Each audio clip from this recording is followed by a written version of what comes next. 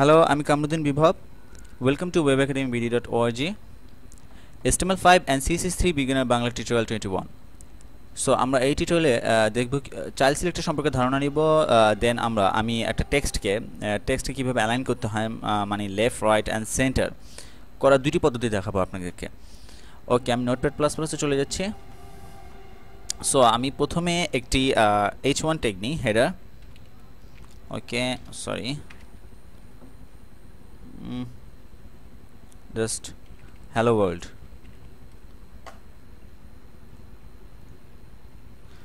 And স্টাইলে আমরা কি করব, আমরা সিম্পল জিনিস H1 ট্যাগকে, হ্যাঁ, আমরা একটি পদ্ধতি আমি আপনাদেরকে এখন দেখাবো, যেটা আমি এই টেক্সটকে পুরো ওয়েব পেজের মিডলে নেব। এখন মিডলে নেওয়া যায় কিভাবে? আমি একটি আছে যে আপনাদেরকে মার্জিন লেফট অ্যান্ড রাইট সম্পর্কে ধারণা দিয়েছিলাম। হ্যাঁ, আপনি মার্জিন লেফট দিয়ে আপনি 200-300 পিক্সেল করে আপনার চোখের ধারণা অনুযায়ী আপনি মাঝখানে নিতে পারবেন, কিন্তু আপনি কিন্তু বলতে পারবেন না যে মাঝখানে গেছে কিনা। বাট এক মনিটরে যখন ইউজাররা এক মনিটরে ওপেন করবে আপনার ব্রাউজারটি, তখন একজনের মিডলে কিন্তু সবার থাকবে না, একজনে একটু বাম পাশে থাকবে, একজনে একটু ডান পাশে থাকবে। সো এইটা কিন্তু একটা টেক্সটকে মিডল করার পদ্ধতি না। সো আমি এখন CSS এর ফর্মটি দেখাচ্ছি। H1 আমরা H1 ট্যাগকে ধরলাম, হ্যালো ওয়ার্ল্ডটাকে আমরা মিডল করব। ওকে, টেক্সট অ্যালাইন মিডল লিখব না, আমি লিখব সেন্টার। ওকে, নাও আমি রান করি এখন, লঞ্চ ইন ফায়ারফক্স। দেখেন টেক্সটটি পুরো ওয়েব ব্রাউজারে মিডলে চলে এসেছে। এই টেক্সট অ্যালাইনের জায়গায় আপনি দিতে পারেন লেফট ও রাইট। আপনি ইজিলি একটি টেক্সটকে এভাবে মিডল করতে পারেন। ওকে, এখন আমি CSS এর পদ্ধতি দেখালাম। আমি এখন দেখাচ্ছি যে আমি CSS ইউজ করা ছাড়া কিভাবে সেন্টার করতে পারি। আপনি সেন্টার ট্যাগ ইউজ করতে পারেন।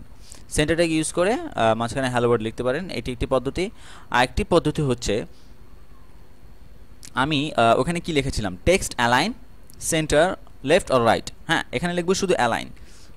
দেখেন অ্যাট্রিবিউটটি রেড হয়ে গেছে, অ্যালাইন ইকুয়াল টু সেম একই জিনিস সেন্টার। দেখেন রাইটে ছিল, আবার সেন্টারে চলে এসেছে। সো আপনারা এই পদ্ধতিতেও করতে পারেন, এখানে সেন্টার লেফট রাইট যা আছে তা দেন, এই পদ্ধতিতেও করতে পারেন, অথবা আপনি টেক্সট অ্যালাইন দিয়েও করতে পারেন। হ্যাঁ, যখন এটি ডিভ দিয়ে একটা বক্স ক্রিয়েট করবেন বা পুরা অনেক কিছু যখন সেট আপ করা থাকবে, তখন পুরো জিনিসটাকে আইডি ধরে, আপনি পুরো জিনিসটাকে ডিভের মধ্যে ধরে আইডি করে ও আইডিতে টেক্সট অ্যালাইন আপনি CSS এ করলে বেশি বেটার হয়। বাট ছোটোখাটো জিনিস, সাপোজ আমি এই লেখাটাতে করুন, এখানে করে ফেললেই ভালো হয়।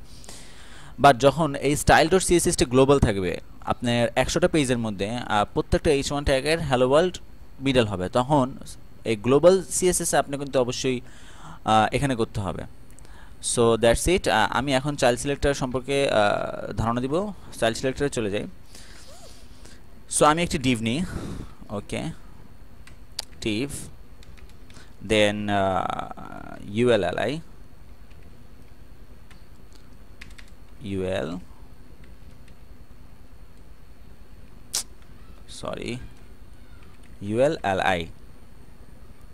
Okay,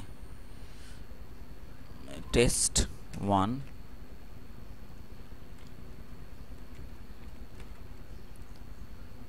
2, 3 and 4 জাস্ট বুঝার ক্ষেত্রে দিলাম আমি।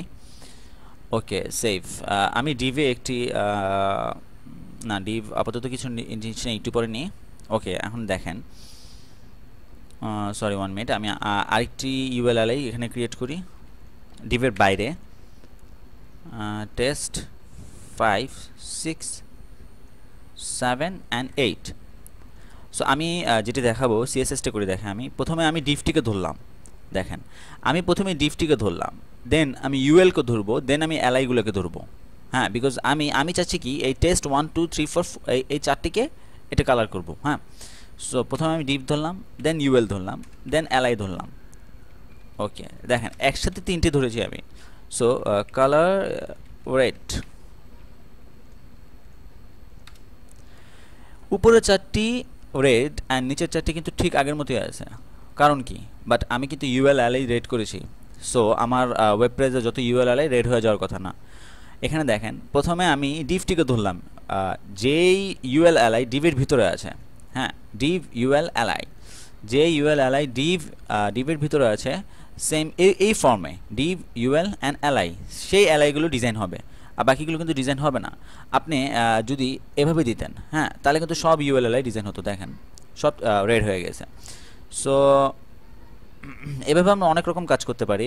লাইক দেখেন ক্লাস, আমি দুইটি ক্লাস নিই, ক্লাসের নাম টেস্ট দিলাম, আমি ক্লাস একই নাম দিই টেস্ট, সরি ওকে। এখন ইউএলএলআই জায়গায় আমি দিতে পারি ধরেন ডট টেস্ট, আমি আমার ক্লাসের নামটা দিলাম। এখন দেখেন একটি ডিফল্ট হয়ে গিয়েছে, আগের মতোই আছে কালো দুটি, যেখানে ক্লাস দুটি আছে ওইখানে কাজ হয়েছে। সো আপনারা সেম এই পদ্ধতিতে হ্যাঁ যত দূর নিতে পারেন, ডিভ ইউএল টেস্ট, আপনার ক্লাসের নাম আইডি, বা প্রথমে আইডি ধরলেন, এভাবে ধরে ধরে ধরে ধরে মানে জিনিসটাকে ক্যাচ করা যে আমি কাজটি করব কোনটা, হ্যাঁ কোনটার মধ্যে আমি সিএসএস এ কাজ করব।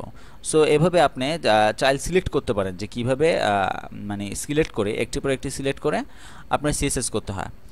সো দ্যাটস ইট, আজকে এটুকু পর্যন্ত। Thank you for watching, like comment and share, and please obviously subscribe.